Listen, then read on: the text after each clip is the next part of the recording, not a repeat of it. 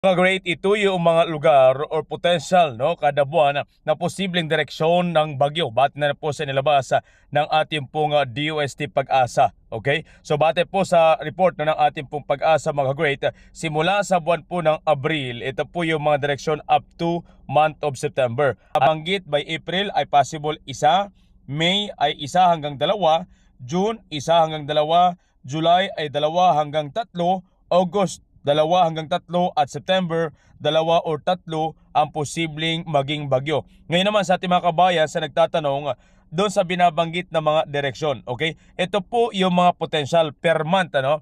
So possible this month of April, ito po yung makikita natin. Apat po na possible scenario. Yung unang scenario, mga great, ito pong makikita natin mula po sa labas ng ating bansa, papasok po siya pero labas din po ng ating boundary.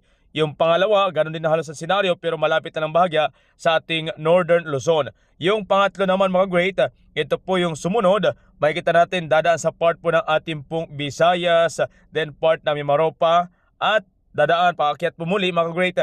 Hindi na po siya direktang tatama sa part po ng ating pong Luzon area pero posible maapektuhan yung part ng ating Ilocos.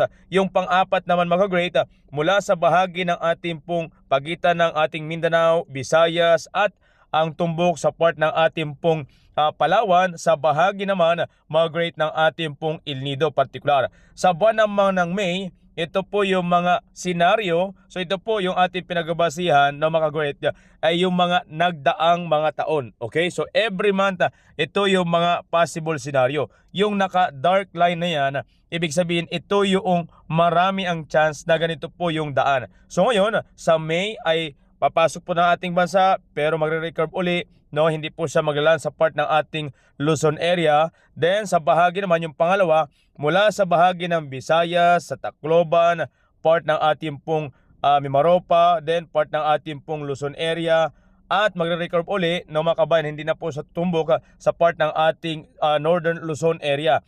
Sa month of June, ito po apat na senaryo ang posibleng mangyari. Papasok, magre-recurve uli. Pangalawa, papasok, recurve uli, hindi makakapunta sa land area ng ating pong Northern Luzon.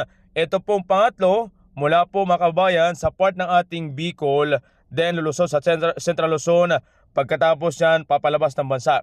Yung pang-apat, yung senaryo, mula sa bahagi ng ating Visayas, part ng Mimaropa, palabas ng ating bansa. Okay, sa buwan naman po mga great ng July, ito po yung mga senaryo mula sa part ng labas ng bansa sa itaas, medyo malayo na po. Then yung pangalawa, ganun din po, medyo malayo po pero ang apektado po dyan sa part ng ating Batanes area.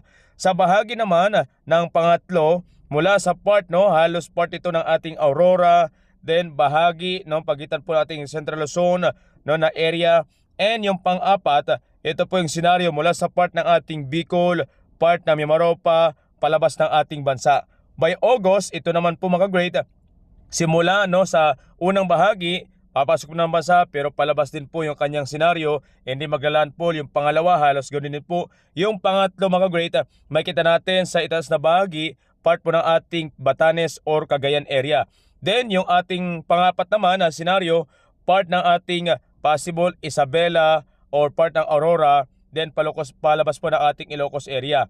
By September, ito po yung senaryo, papasok po ng bansa, recurve, hindi makapasok po, hindi po siya maglaland sa ating kalupaan. Then yung ating pong pangalawa, magkapasok po siya pero hindi maglaland sa ating kalupaan. Pero yung pangatlo, mga great, sa taas na bahagi, part po ng ating pong possible Isabela, Cagayan, ito pong Aurora, part ng Ilocos area. And then yung pang-apat naman na senaryo, mula sa part ng Bicol muli, and then bahagi po ng ating pong part ng ating pong Central Luzon, sa part ng South Luzon, then bahagi palabas naman po mga great. So ito po yung mga senaryo mga great mula sa kada buwan. Batay po ito sa inilabas official ng ating pong DOST Pag-asa. So ito po mga senaryo, mga possible, at least makapag-ready man lang ho tayo mga kabayan. Pero para mas accurate at updated po tayo, muli dahil nakaantabay po sa ating pong Facebook page na Jumong the Great. Ulitin ko po mga kababayan, sa buwan po simula ngayong buwan ng Abril hanggang September, possible nasa 8 bagyo no, ang papasok po sa ating pong bansa bate po sa inilabas, no, 8 hanggang 14, no, na posibleng bagyo ang pumasok po sa ating bansa na maka-great. So ito po, no, ang ating pong nakikita. April posibleng wala or may isa, May possible isa hanggang 2, June ganun din po, July posibleng 2 or 3, August 2 or 3, September 2 or 3. Okay? So yan po yung ating antabayan ng mga kabayan dahil po ngayon po ay matinding init na po ng panahon nating naranasan. So sa Pacific Ocean po mga great mga kababayan ay nagkakaroon na po ng init. So pag mainit po sa part ng Pacific Ocean, diyan na po nagkakaroon ng pagbuo ng posibleng kumpulang kalapan na nagiging bagyo. Okay? So yan po yung ating pong weather update para po sa mga possible na bagyong direksyon mga kababayan. Antabi tayo muli na mga kababayan sa ating mga daily weather update.